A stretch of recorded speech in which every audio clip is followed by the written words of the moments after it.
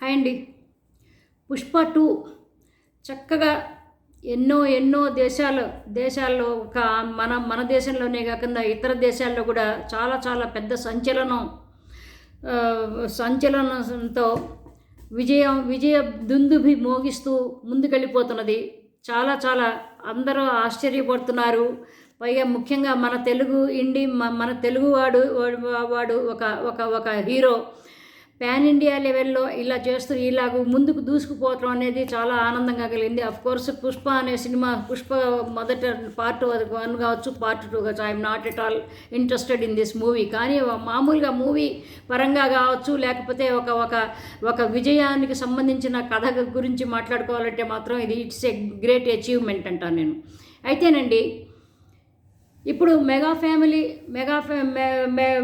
Family నుంచి వచ్చిన నటుడు ఇంత బాగా అయ్యాడు, అంత బాగా అయ్యాడు అని చెప్పుకుంటున్నారు. కానివ్వండి, యాక్చువల్గా చెప్పాలంటే మెగా ఫ్యామిలీ అని చెప్పుకోవటానికి కారణం ఏంటంటే అల్లు అరవింద్ అంటాను నేను. ఎందుకంటే కొంచెం వెనక్కి బాగా 40 సంవత్సరాలు వెనక్కి వెళ్ళిపోతే, 40-45 సంవత్సరాలు వెనక్కి వెళ్ళిపోతే, చిరంజీవి అనే అతను ఒక చాలా స్మాల్ బర్డ్ లాంటి వాడు అనమాట. అయితే అతను నాకు బాగా పరిచయం అయిన వ్యక్తిగా చిరంజీవి గురించి మాట్లాడంటే he was a raw material అంట. At the time of Manavoori పాండవులు he was a raw material. అసలు అతనిలో ఏమాత్రమైన గ్రేస్ లేదు, ఏమాత్రమైన బాడీ లాంగ్వేజ్ ఏమాత్రం కూడా చెప్పుకోదగ్గలేదు. Only his eyes were attraction అనమాట, పెద్ద అట్రాక్షన్ అనమాట. అయితే చాలా మంచివాడు, వ్యక్తిగా చాలా మంచివాడు. పైగా అప్పటికే కమ్మ కులం డామినేషన్లో ఉన్న తెలుగు ఇండస్ట్రీని నిలదొక్కుకోవటానికి ప్రయత్నిస్తున్నాడు. ఆ టైంలో అంటే మనవూరి పాండవుల్లో రెండు నెలలు మేము దోసకాయపల్లి అనుకుంటాను, అక్కడ ఆ ఊర్లో దోసకాయపల్లి అనే గుర్తులేదు నాకు బాగాను. ఆ ఊర్లో 2 నెలలు బాగా మేమందరం కలిసి ఉన్నాం అనమాట. అయితే నాకు చాలా గౌరవం ఇచ్చేవాడు. కెమెరామ్యాన్ వైఫ్ అని ఇదేంటి బుల్లి ఆంటీ అని కూడా పిలిచేవాళ్ళు. ఆ 5గురు కూడాను. మురళీమోహన్ గారు నాకంటే ఎంతో పెద్ద ఆయన. కానీ అప్పుడు ఆ రోజుల్లో ఏంటి, నేను ఇంత చిన్నదాన్ని అయితే నన్ను ఆంటీ అని పిలుస్తున్నారని ఎందుకు ఎప్పుడు అనుకోలేదు. అదేదో గౌరవంగా భావించేదాన్ని. Still I feel like that only. అయితేనండి, సరే అదంతా వాళ్ళ గొప్పతనానికి వాళ్ళకి ఐఎమ్ గ్రేట్ఫుల్ టు దెమ్. ఎందుకంటే నాకు వాళ్ళ హృదయాలలోని వాళ్ళ నోట్లోనే కాదు, వాళ్ళ హృదయాల్లో కూడా వాళ్ళు నాకు స్థానం ఇచ్చినందుకు I'm grateful to them always. అయితేనండి, అప్పుడు రా మెటీరియల్గా ఉన్న ఒక చిరంజీవి అల్లు రామలింగయ్య అని కూడా ఒక పెద్ద మెగాస్టార్ అని చెప్పాలన్నమాట. కామెడీ కింగ్ అని చెప్పాలన్నమాట. కామెడీలో ఆయన ఉర్రూతలు ఊపిస్తున్నాడు అనమాట. ఆ రోజుల్లో బాగా రెమ్యునరేషన్ కూడా ఎక్కువ తీసుకుంటూ ఉండేవాడు. అఫ్కోర్స్ శంకరాభరణం టైంలో నాకు ఆయనతో కూడా చాలా మంచి ర్యాపో ఉండేది. ఆయన చాలా వ్యక్తిగా చాలా మంచివాడు, చాలా మంచి మనిషి. హోమియో మందులేవో ఇస్తూ ఉండేవాడు అనమాట నాకు. గొంతు ఎప్పుడు కూడాను థ్రోట్ ఇన్ఫెక్షన్ వాటికి వస్తుంటే. సరే, ఆ విషయం వదిలిపెట్టేసిద్దాం, ఇప్పుడు మళ్ళీ డీవియేట్ అవ్వద్దు. అయితే ఎప్పుడైతే చిరంజీవి అల్లు రామలింగయ్య గారి కళ్ళలో దృష్టిలో పడ్డాడో, ఆయన ఒక ప్లాన్ వేసుకున్నాడు. తన కూతుర్ని తన అల్లుడుగా చేసుకోవాలని. అయితే అల్లుడుగా చేసుకోవాలంటే కూతుర్లలో ఒక అమ్మాయి, ఆయన కూతురు ఒక ఎలిజిబుల్గా అనిపించింది. సరే, ఎవరైతే వాళ్ళ భార్యగా ఉన్నదో ఆవిడని ఆ రోజుల్లో పెళ్లి చేశాడు. ఆయనకిచ్చి పెళ్లి చేసేసాడు చక్కగా. తర్వాత పెళ్ళైన తర్వాత, వన్స్ మ్యారేజ్ అయిపోయిన తర్వాత, చిరంజీవిని ఎలాగైనా సరే ఒక పెద్ద స్టార్ చెయ్యాలి అనేది అల్లు రామలింగయ్య గారి అభిమతం అనమాట. అయితే దానికి తగ్గట్టుగా ఆయన కొడుకు కూడాను ఆయనతో చేరి ఇద్దరు కలిసి మంచి వాళ్ళ హోమ్ ప్రొడక్షన్, గీతా ప్రొడక్షన్స్ అది పెట్టి, గీతా ఆర్ట్ ప్రొడక్షన్స్ అనుకుంటా వాళ్ళది. వాళ్ళతో అతను సినిమాలు తీశారు, చాలా మంచివి.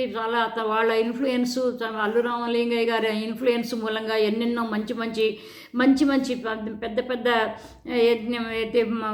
సోపానాలు ఎక్కగలిగాడనమాట చిరంజీవి.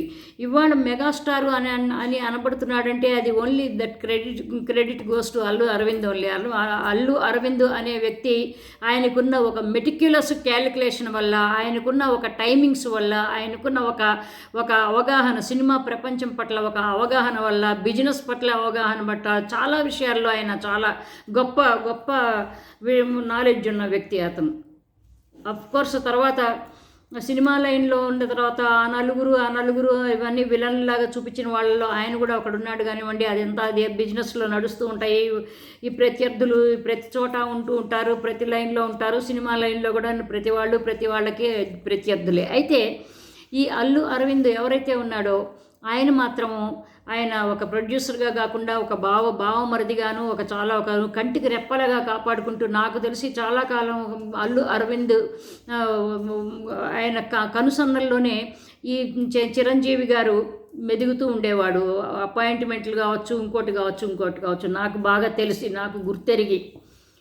సరే, ఆయన మెగాస్టార్ అయిపోయాడు. తర్వాత ఆయన మెగాస్టార్ అవటానికి ఆయన పెద్ద తమ్ముడు పెద్దగా అంతగా ఆయన పుణికి పుచ్చుకోలేదు, అది ఆ ప్లేస్ తీసుకోలేకపోయాడు. కానీ రెండో తమ్ముడు ఇంకా చాలా మంచిగా ఎదిగాడు, చాలా చక్కగాను.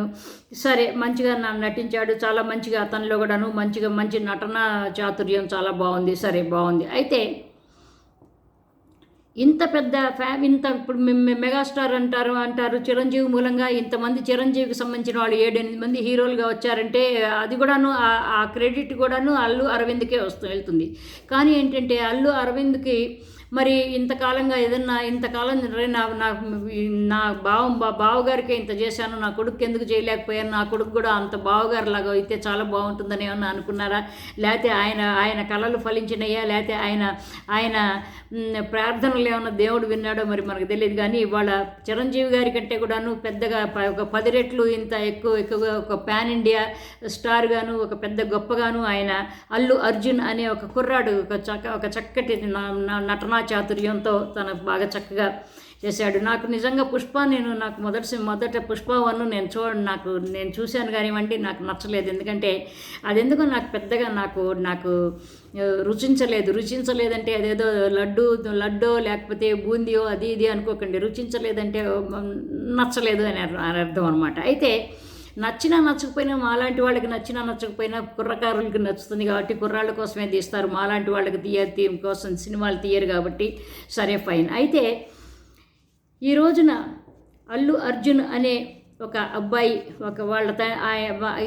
తెచ్చుకున్న తనకు ఉన్న సంపాదించుకున్న ఏదైతే ఒక చక్కటి గొప్ప పేరు ప్రఖ్యాతులు వ్యాప్తంగా తెచ్చుకున్నాడు. మరి ఆ తండ్రికి ఆ అబ్బాయిని చూస్తుంటే మాత్రం ఎంత ఆనందంగా ఉందో అనేది నిజంగా నేను ఇదే ఒక్కటే ఆలోచన. ఎందుకంటే నేను ఈ ఫ్యామిలీని బాగా 40-45 సంవత్సరాలుగా చూస్తూ ఉన్నాను అనమాట.